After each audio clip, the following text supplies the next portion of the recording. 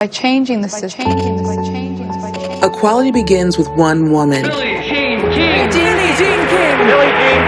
Equality is 50 years in the making. Equality is being ahead of your time. It's not just about the money, it's about the message. Listening with your heart and putting your money where your mouth is. So in 1973, the US Open was the first major to offer equal prize money. Equality is contagious. Equality is including others in the fight.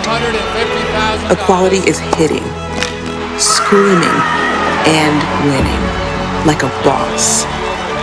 Equality is when your seat at the table is a throne, feeling comfortable in your own skin, a force of nature.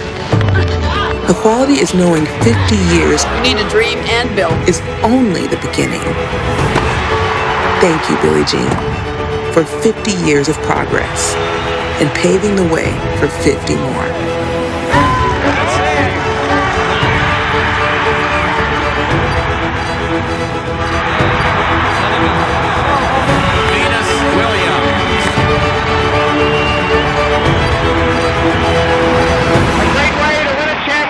But I said to myself, if I can help change the sport, it's by changing the system.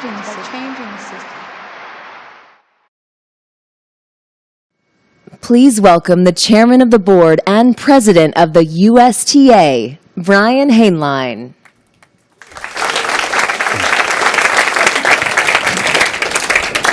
Well, good evening, everyone, and welcome to the U.S. Open Champions of Equality inaugural event. The U.S. Open and the USTA believe that sport is a public good, that sport can and should positively influence society. We are celebrating 50 years. It was 50 years ago that the U.S. Open, following the lead and courage of Billie Jean King, became the first major sporting event in the world to offer equal prize money to men and women, thereby setting an example.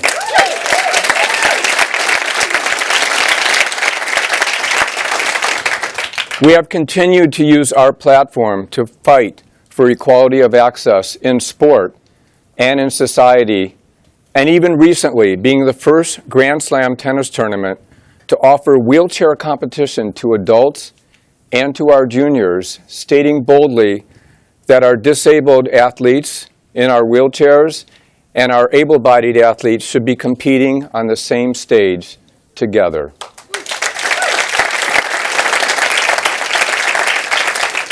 We're proud of what we have done. We are proud of where we are, but we know we need much to do. And that is one of the purposes of tonight's discussion with three esteemed panelists: Billie Jean King, our indefatigable fighter for what is right; Venus Williams, who in many ways is a modern-day voice of Billie Jean King, who stared down the leadership of Roland Garros and Wimbledon and said, you too should follow the lead, and you should be paying equal prize money to men and women, and who also has inspired countless young girls of color that they have the right to fight for everything that they dream for. And we also have Telva McGruder, the first Chief Diversity, Inclusion, and Equity Officer for General Motors, setting the stage for what should be taking place in the corporate world, while also inspiring countless numbers of individuals that they should be aspiring for academic excellence, especially in science, engineering, and math, that they should be able to aspire for academic excellence and have equal access to do so. Our moderator is Christiane Amanpour, who is an award-winning journalist, and she has taught us that it is not simply objectivity that we should be fighting for, because objectivity does not mean neutrality. That if we are neutral, that we may not be on the right side of the battle for what is right. And she has also taught us that it is so essential to give equality of access to all voices, especially to the voice of the oppressed. So Christiane, thank you for being our moderator, and thank you everyone for being here. Thank you so much, Brian. Thank you all for having me here this evening. I have been in England, and I came by plane today and landed at 12 o'clock at JFK. But just to say that for the last week or so, I've been glued to this year's US Open on the television. And I have to say that the graphic, the art that this was created for this historic moment to celebrate 50 years of equal pay is so arresting and so beautiful that it has really put the context, perhaps, for a wonderful, wonderful set of matches that we've been watching this year so far, and has really focused me, anyway, on so much that has been achieved. And so it is incredibly moving and humbling for me to be asked to do this, and particularly first I'm going to bring on all our fantastic leaders, and the first one, of course, is Billie Jean King. So proud to welcome her, the 13-time champion of this tournament, but whose greatest achievements, perhaps, I don't know whether you'll agree, we'll ask you, perhaps the greatest achievements were off the court. I don't know, but Billie Jean King, please come to the stage.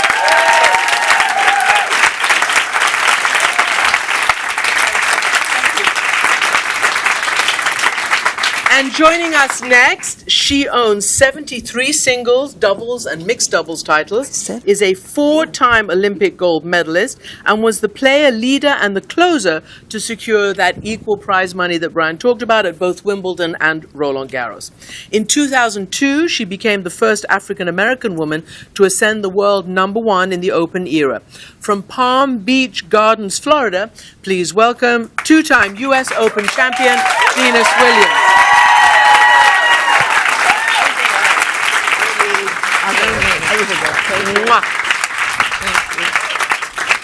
And lastly, I'll tell you later. Telva McGruder. What are you going to tell So him?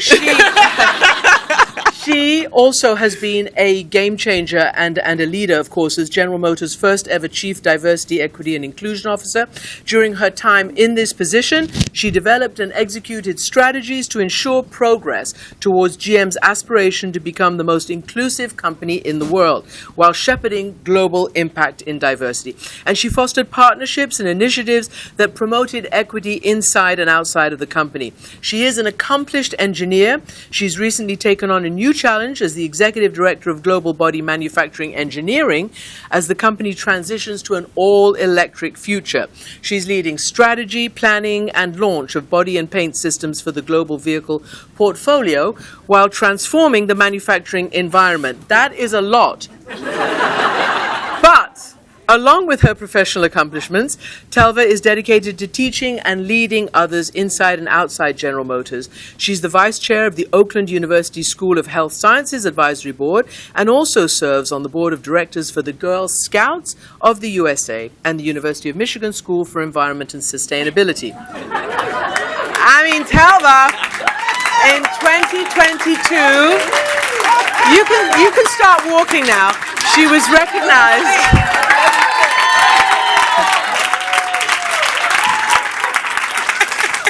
Say you didn't sleep. I haven't finished.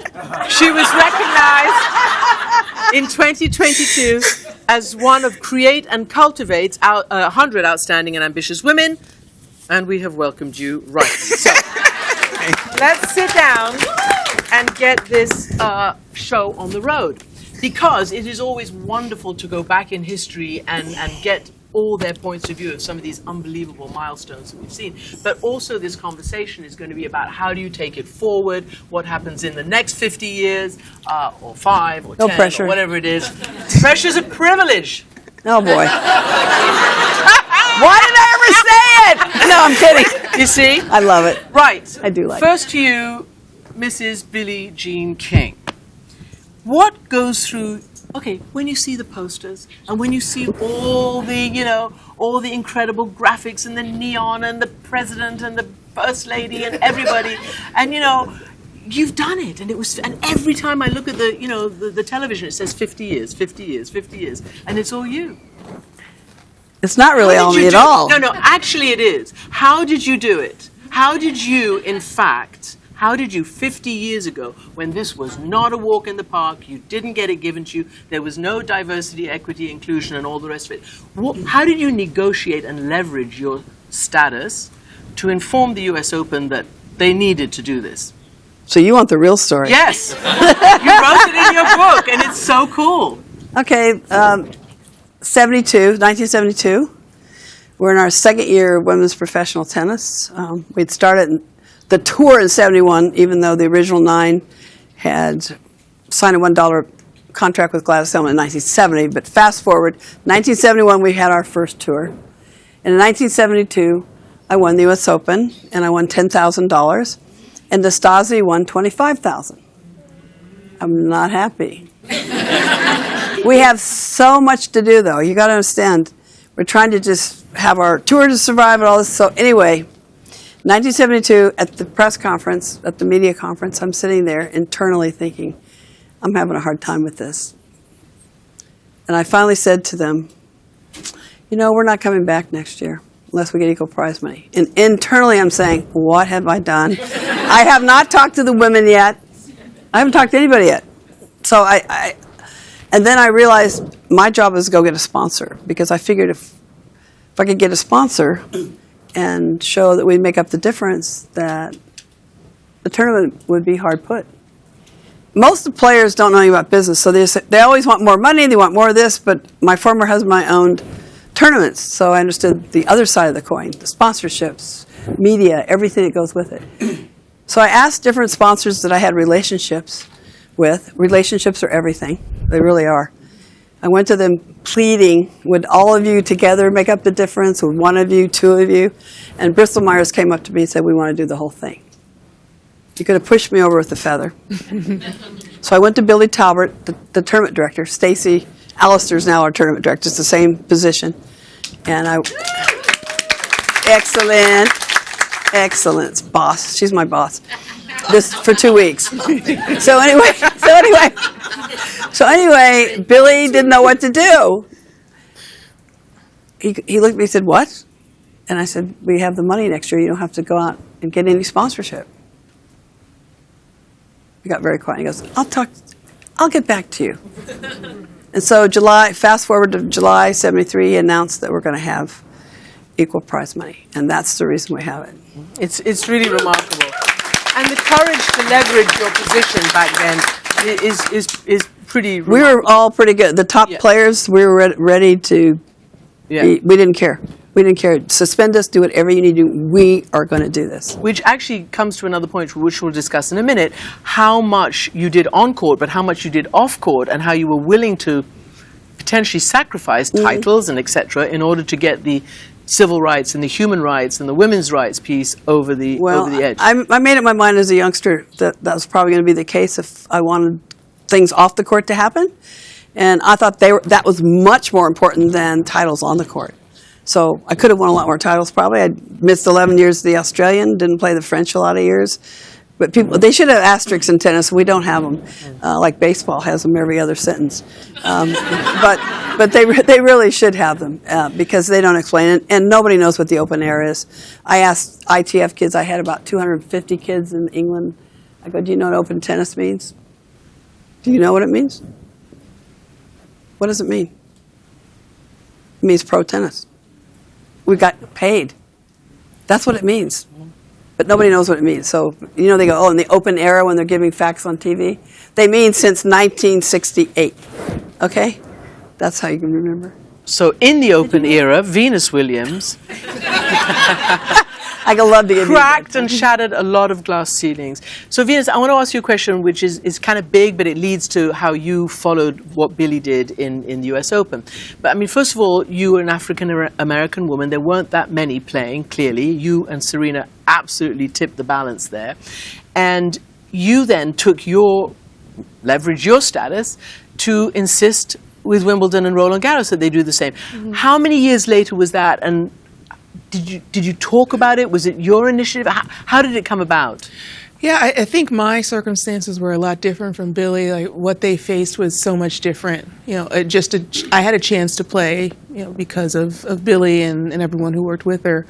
So for me, it was I didn't have to think about as a kid like, I will rather choose to have equality over titles. I think the situation was definitely less extreme, but in a lot of ways it was also a lot more silent in that sense too. So there were still mountains to climb and places to go, but in some ways I think there was some acceptance, like a couple of the majors, that it wasn't really there. And I think it was a different road, but also something that needed to be overcome. Exactly, but what then led to you confronting, or however you did it, to insist that Wimbledon, because they were very late, Wimbledon and Roland Garros. Wasn't that what year was it? Was that 2005 or something? 2005, it's around late. that time, yeah. So fast forward from 1973 to 2005. We're still fighting. Thankfully, not here. So thank you, U.S. Open and USTA. But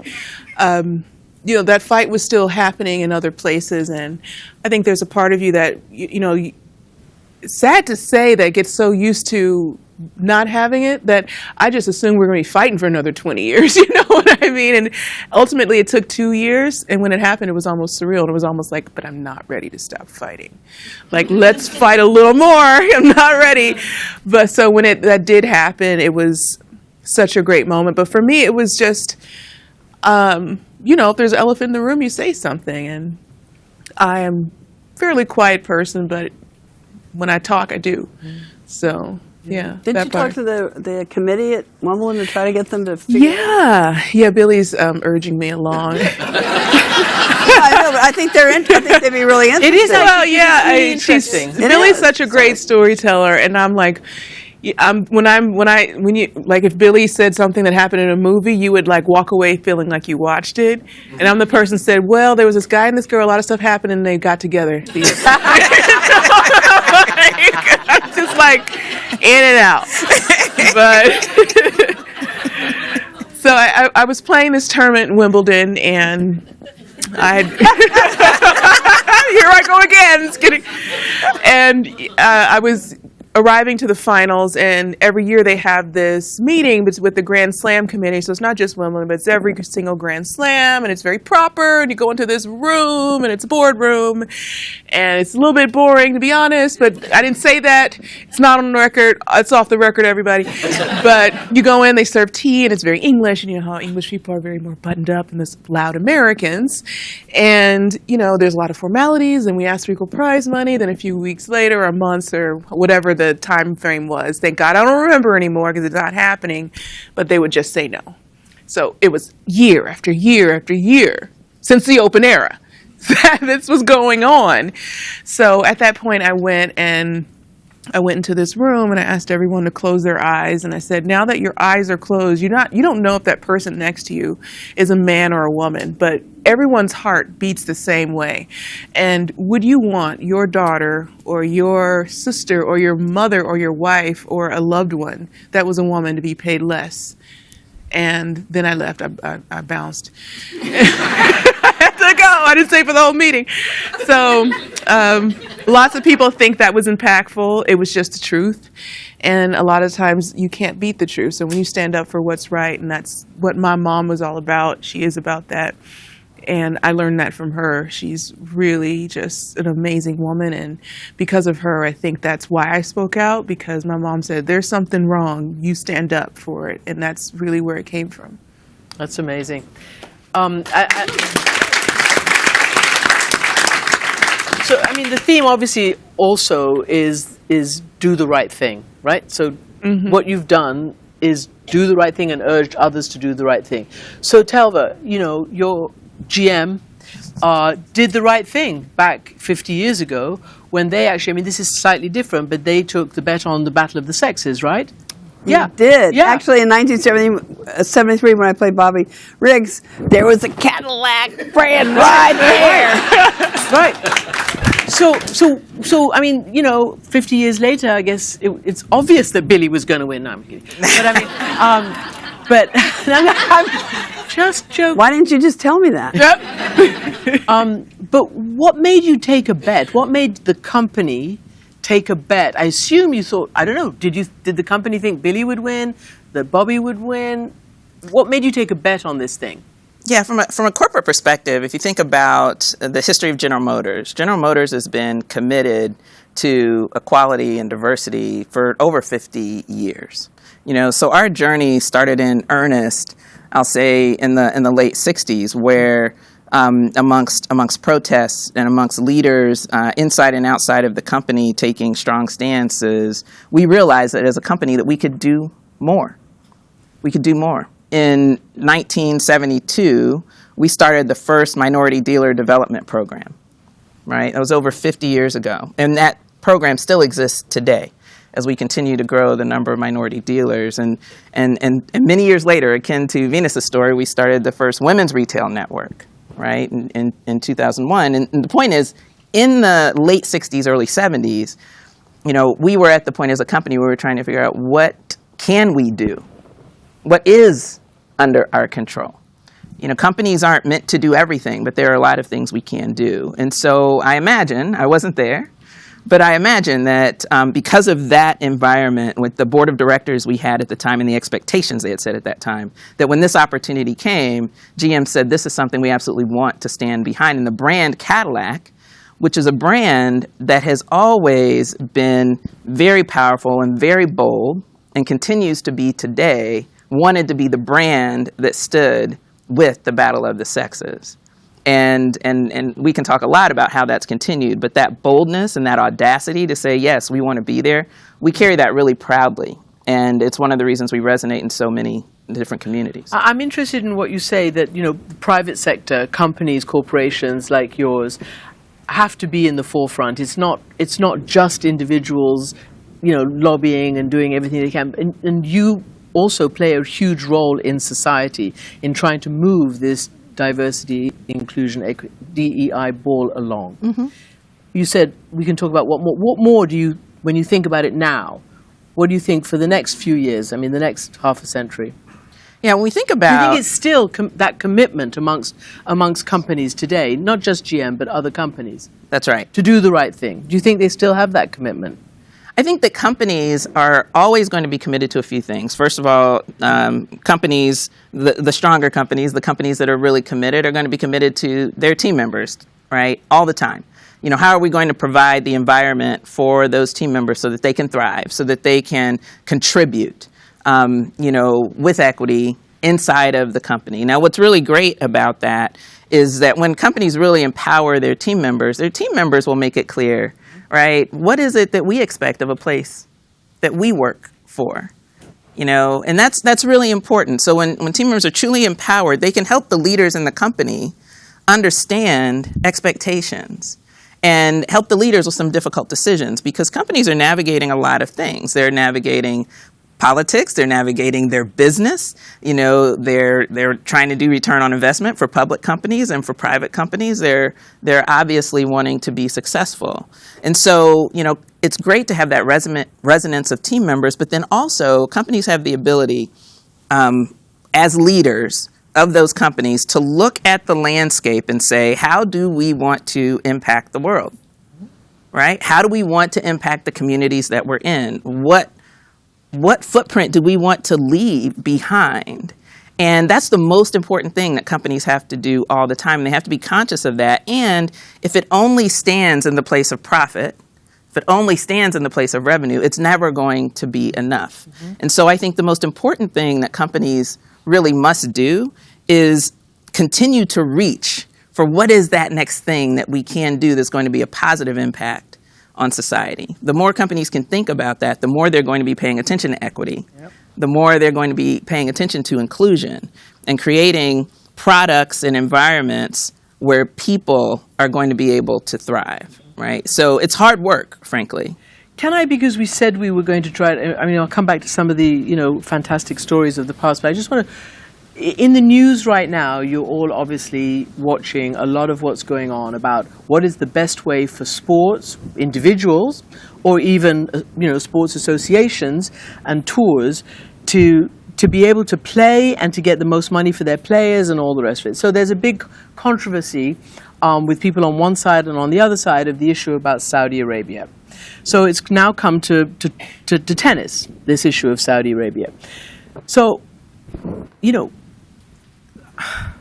it's complicated. So what I want to know is, after all the battles you have fought, how much today, because you're still, I don't know in general whether women get exactly the same as men all over for the whole thing. No, they don't, exactly. So what you're looking for are places that will make up prize money, I guess, for women.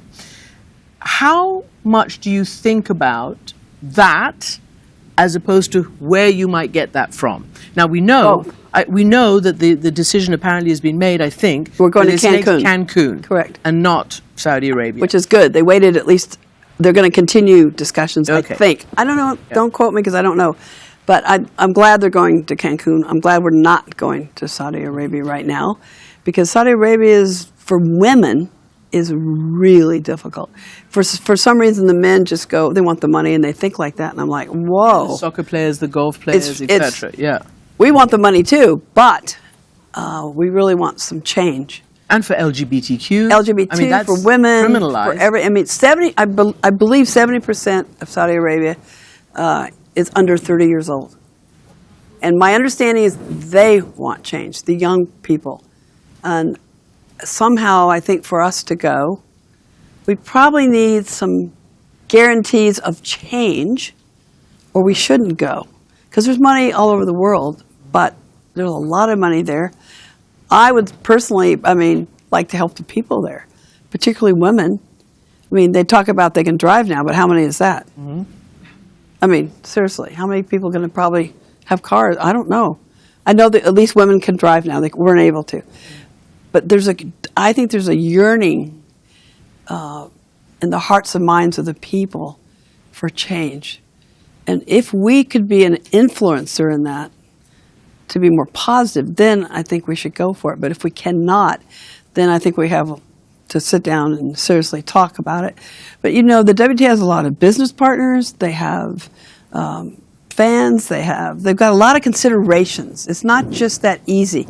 A lot of players just speak up and throw things out there, but most of them do not understand the business side at all. So it's easier to get real feisty in how you think. I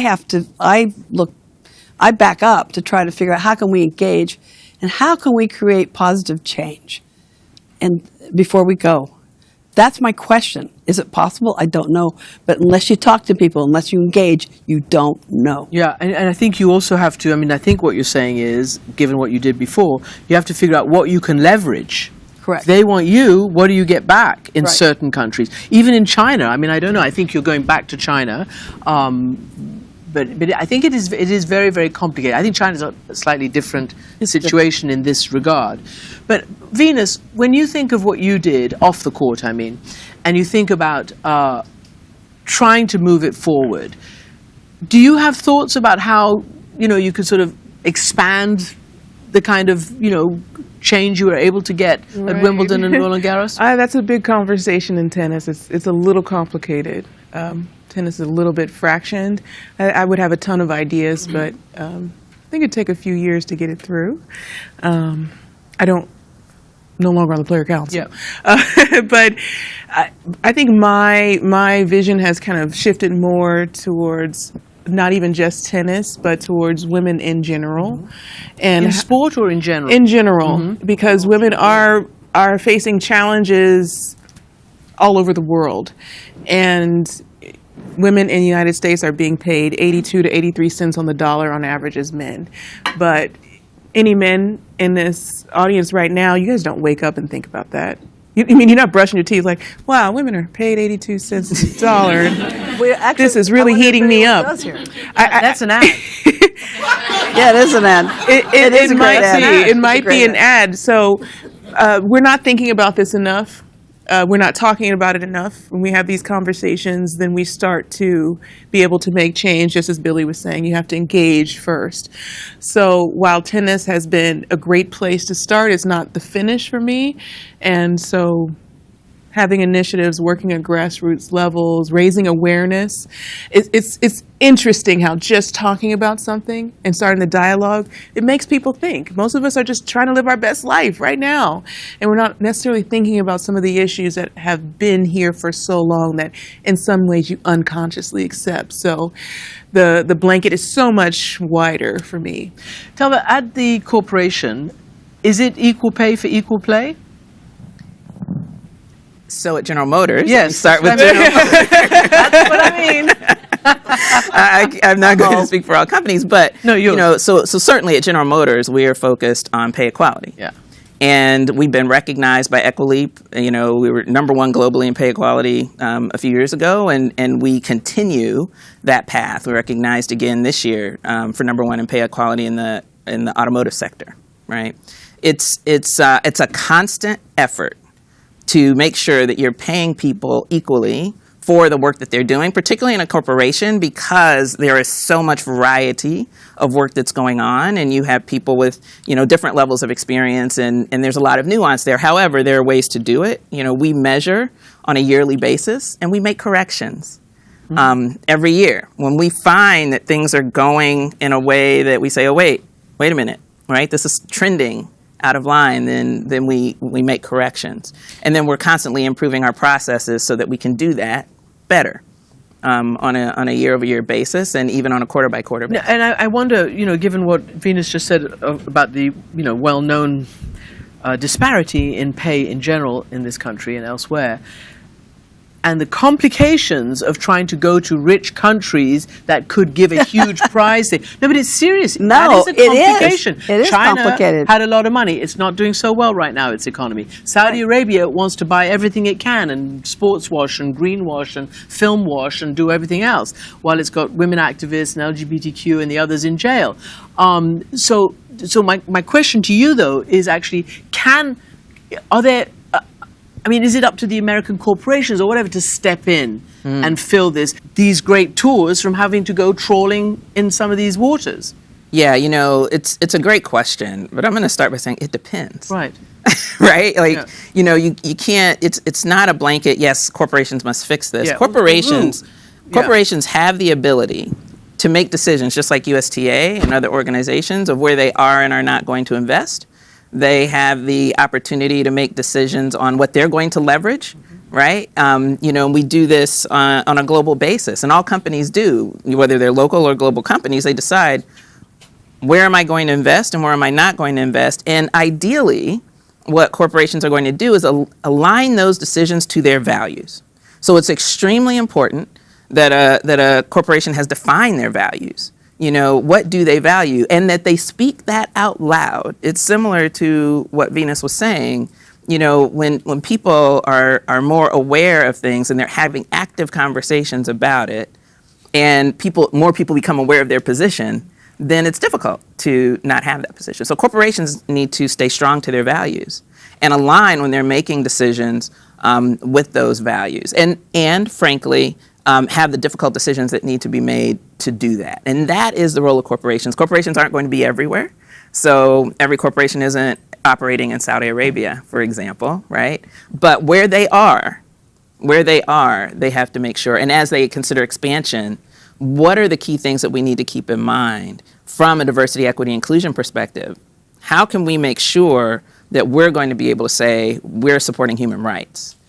You gave me the wonderful segue right there, because human rights are also manifest in other areas. For instance, the right to be personally safe. So I want to ask you, as the youngest woman on this panel, whether you have thoughts about how to improve, girls' security and safety, whether it's on the tennis tour or, in general. But we've seen what Pam Shriver's written over the last couple of years. We've seen what some of the other, female tennis stars have talked about in terms of how they were groomed and et cetera. I mean, it's manifest in all parts of society, so it's not surprising that it happens here. Do you think that there's enough awareness to stop that? And you bring that up. Stop what? Abuse. Abuse, basically. In what? In tennis. In general? In tennis. In tennis. Okay. In women's tennis. Yes. I think everybody was shocked when they saw this whole crisis in the Spanish World Cup team, with Rubiales grabbing all the girls, kissing them, squeezing them, doing all this, and point blank refusing to apologize or do anything about it. So I wonder whether that brings up any issues of equality. I call it the right to be equally safe. Well, I think the WTA definitely takes measures, and they're taking even more measures every year, because the young women, they're so good, so young, very impressionable. They don't know anything about the world, and most of them have just played tennis. And I know what that feels like, but I had protections, and I was taught to stick to your values. Not everyone has that opportunity to know who they might be at that young age. So the WTA is definitely taking steps. I mean, I see it all over, and I'm excited for that. Unfortunately, abuse is something that happens silently sometimes. So you don't always know who might be going through something. And that is a sad part, but the WTA is taking, posting signs all over the place, getting other people involved. If you sign up for a credential, you have to fill out a form, and you have to say, hey, if you see something, report it. And I've seen that get very, very diligent. Thankfully, most people are not going through that. Yeah. But for the ones who are, we have to give them those chances to have help.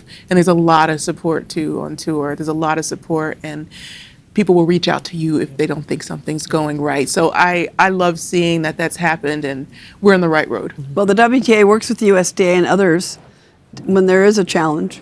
A lot of the players, quite frankly, have a hard time changing. They get it all teed up for them, and they can't do it. They stay in the same situation. It's really mind-boggling. It's understandable, though, if you grow up sometimes in a household that's abusive. Coaches can be abusive. I think the WTA, well, that's going to get off subject, but I just wish the WTA would demand at least one woman coach on, because women can be just as bad, by the way. I'm not talking about that.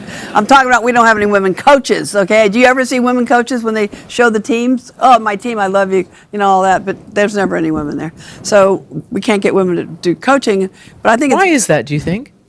It's the way the culture started, the way it's continuing. The women think the girl can't hit with them, but the guys don't hit with them either half the time. They get hitting coaches now because they have enough money. You know when a player says, I want to thank my team? Do you know what my generation thinks?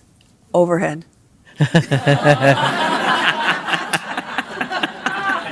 We couldn't afford a coach. We all helped each other. So we made $14 a day. So leap forward. I just want to say one thing about, this is off subject again, but in 2007, when we finally had all the 4 majors have equal prize money, Venus won Wimbledon that year. It was written in heaven. I mean, it was so right on. It was amazing because that was the first year that we had equal prize money, and Venus won, who had fought for equality. So I was so happy for her and happy for us. But we're just a little speck compared to you take everybody else. But we're still very visible, and it's our job, because of our visibility, to set the standards. And but the WTA is worried about mental health, and all this since the 80s, everyone. It's private, so you cannot hear about it. We're not going to tell you who's having challenges. We're not going to tell you who we've gotten lawyers for to try to help break this pattern of abuse.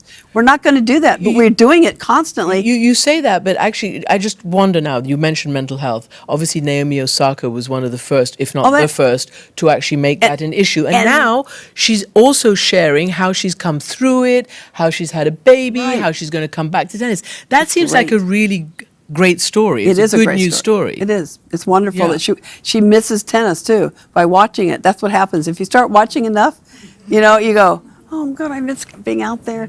And Osaka was so great. Amazing that she had the courage to take a step back. Oh, I thought she needed to. I think if you don't love it, you shouldn't play it. Yeah. I talked at her at the Super Bowl 2 years ago. I said, if you don't love tennis, don't play. Get help. Just take care of yourself. Always take care of yourself first, okay, as a human being. The tennis is secondary to that. But in the old days, you could not talk about these things. Mental health, are you kidding me? In the 70s or 60s or 80s? We're toast if we talk about it. Yeah. No, we're going to lose all of our endorsements. We lose everything. I mean, it's different. I mean, I'm going to come to you about losing endorsements. No, because when they outed me, I lost all my endorsements. Well, that's just as good. And now the president would probably call me and say, well done, I'd probably get more endorsements because I'm gay. But I came out because I was so confused. I didn't have a clue. I didn't know what I was doing with my sexuality. But when I was outed, I told the truth, and I lost everything overnight. But that wouldn't happen today. And do you know how happy that makes me? When people come, they don't know it. They don't even know who they're talking. They don't even know they're talking to me, that I've been through this. And when they tell me about their life and president, or I got a new job, it's unbelievable since I've been free. And I'm like, yes, that's great.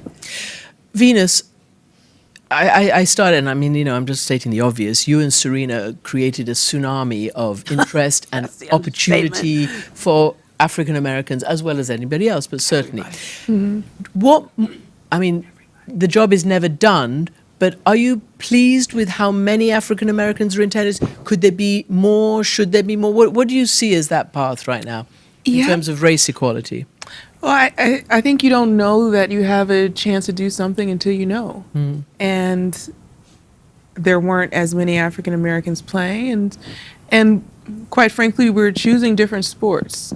So by the choice of my dad and my mom to get us to play tennis, then we've had this opportunity to show other people, you can play too. This opportunity is available to you.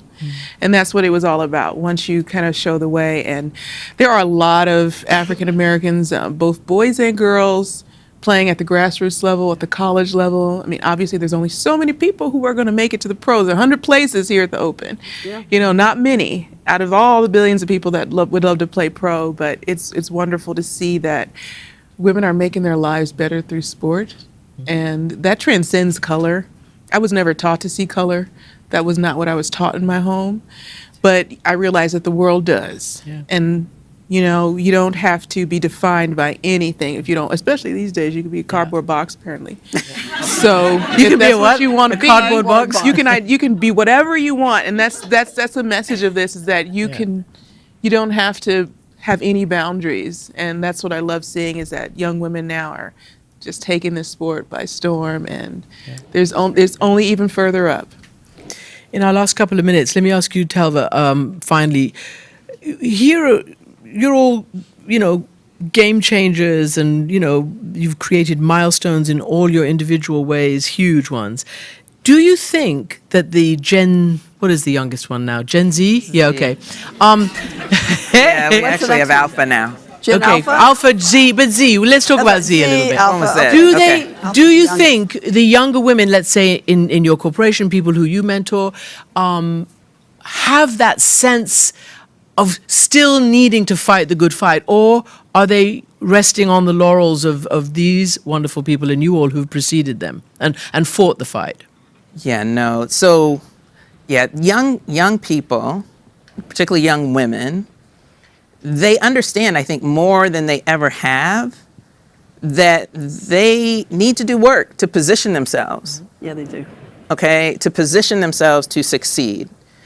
And they have a higher expectation of those that they're working with, right? Regardless of gender.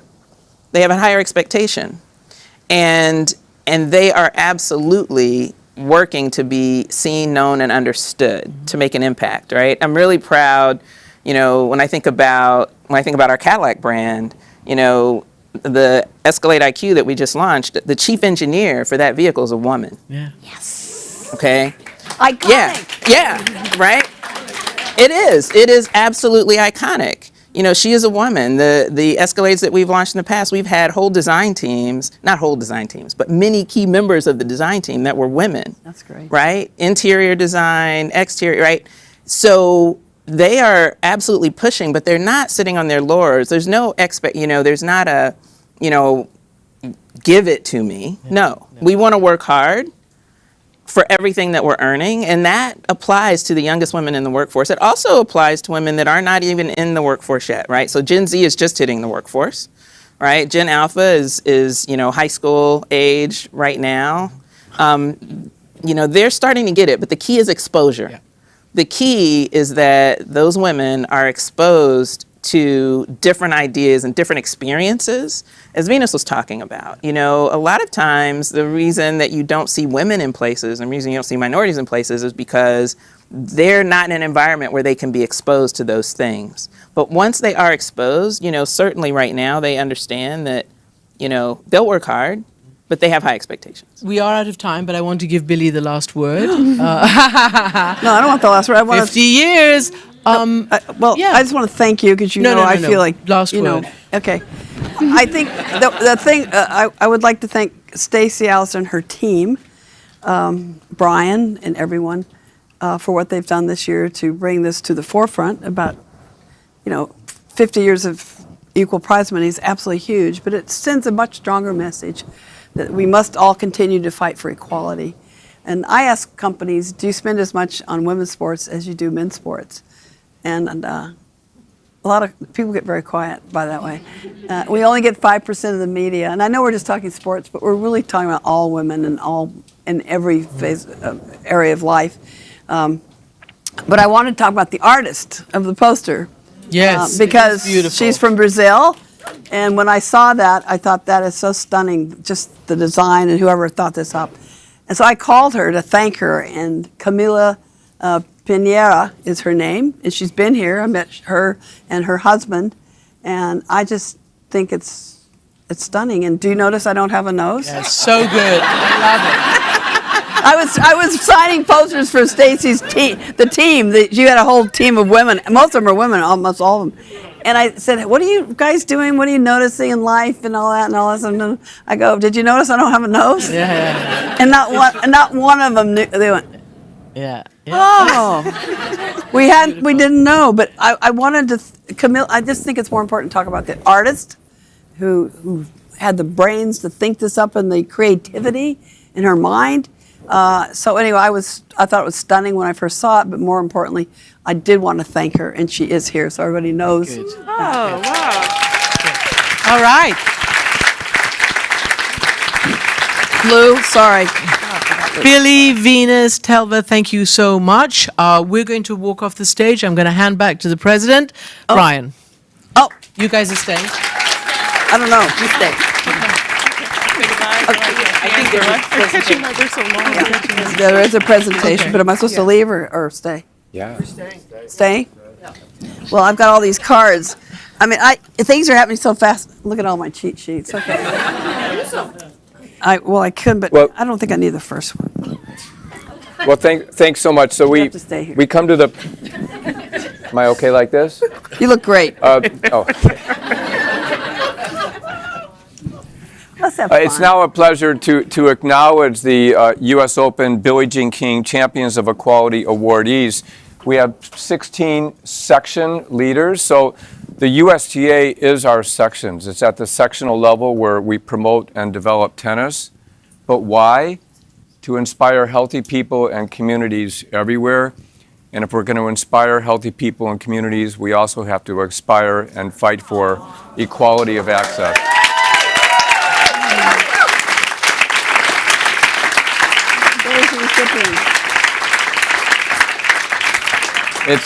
It's also my privilege to present the Lifetime Achievement Award. So the U.S. Open Billie Jean King Champions of Equality Lifetime Achievement Award to Billie Jean King. Thank you.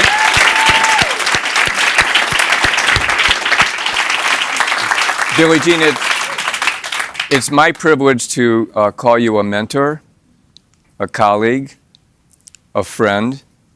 You inspire me. You inspire everyone to continue fighting the fight for what is right. Oh, wow. Okay. Thank you.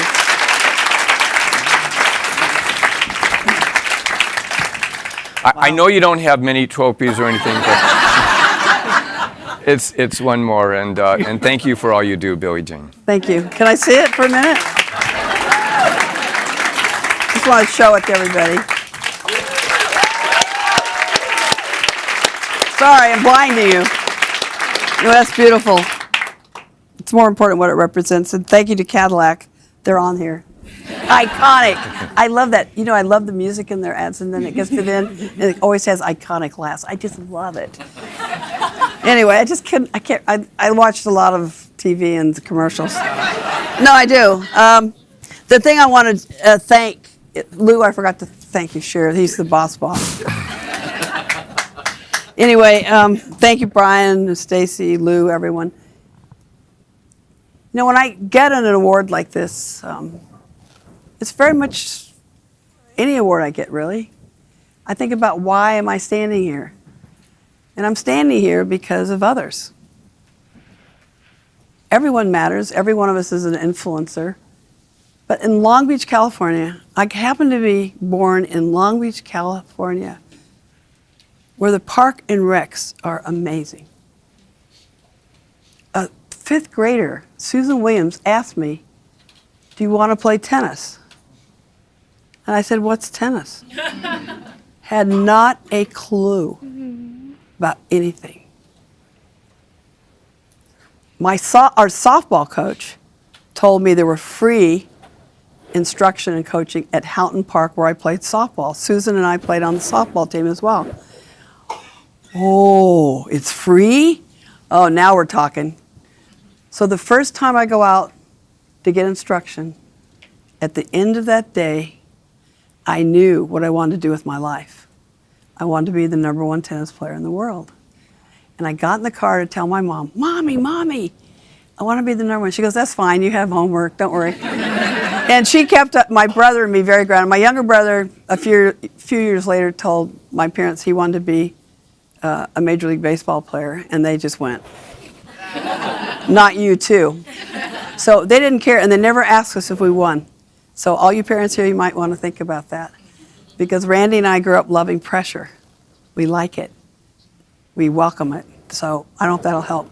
But without the Long Beach tennis patrons, without the Long Beach Century Club, who helped me with entry fees and helped me go to my first trip to Middletown, Ohio for the 15 and under nationals. My mom and I had to take a train. We couldn't afford a plane. My dad was a firefighter, who I was very proud of him. And the first time I went to Wimbledon, it took a lot of money. And those are the people who help, the people of Long Beach. So every time I get anything, Presidential Medal of Freedom, that's all I think about, is to tell them thank you. And I had great parents, which is really helpful. And now I get to do some really fun things. Venus, I wore green because that's one of your favorite colors. And what does she show up with? No green. She shows up because last year I wore pink for Serena. Yeah. You remember I was wearing pink all the time? That was why. It's Serena's favorite color. But I asked Venus, what's your favorite color? I wrote her.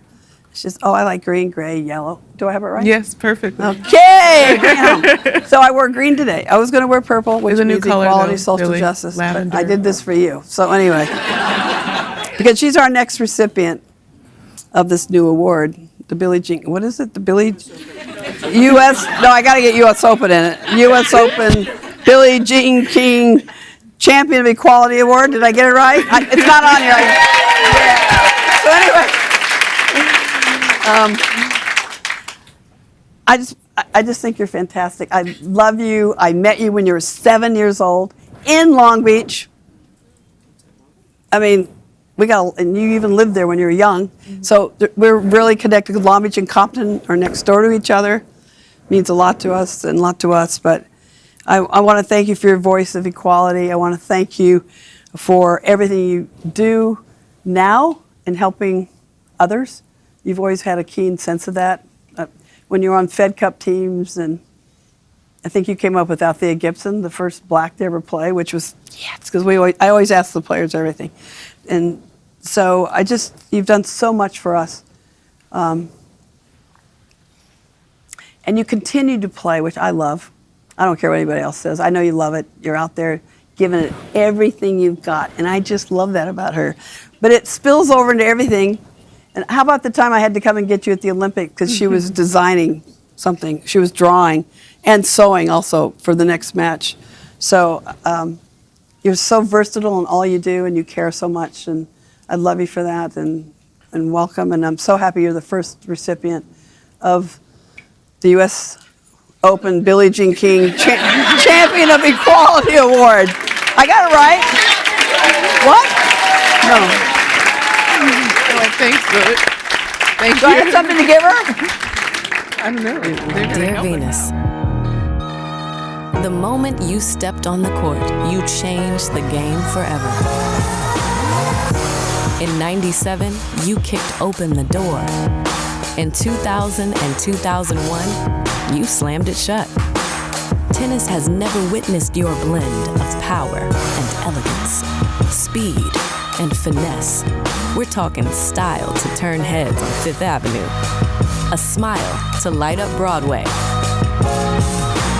And you know New Yorkers dig a little attitude now and then. You showed us the meaning of possible, the meaning of courage. You showed us how to be a big sister and how to stand up for what's right. You blazed a trail for young women in the game of tennis and in the game of life. In so many ways, you were first. So we want to be the first to say thank you. We appreciate you. Oh! Come on. Thank you so much. Well done. That last picture is the first day we met. She was 7 years old at the Park and Rec I talked to you about.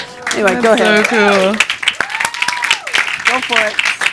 Thank you so much. I first have to thank the USTA and Stacy, who've just supported me so much over these last few years, especially when I've had some injuries that have really kind of been unlucky, but you've supported me every step of the way. It really means a lot to me because it hasn't been easy.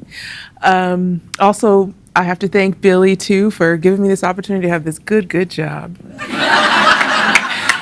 I love my job. I love what I do. I'll always love it. I'll always be a tennis player, even when I'm not.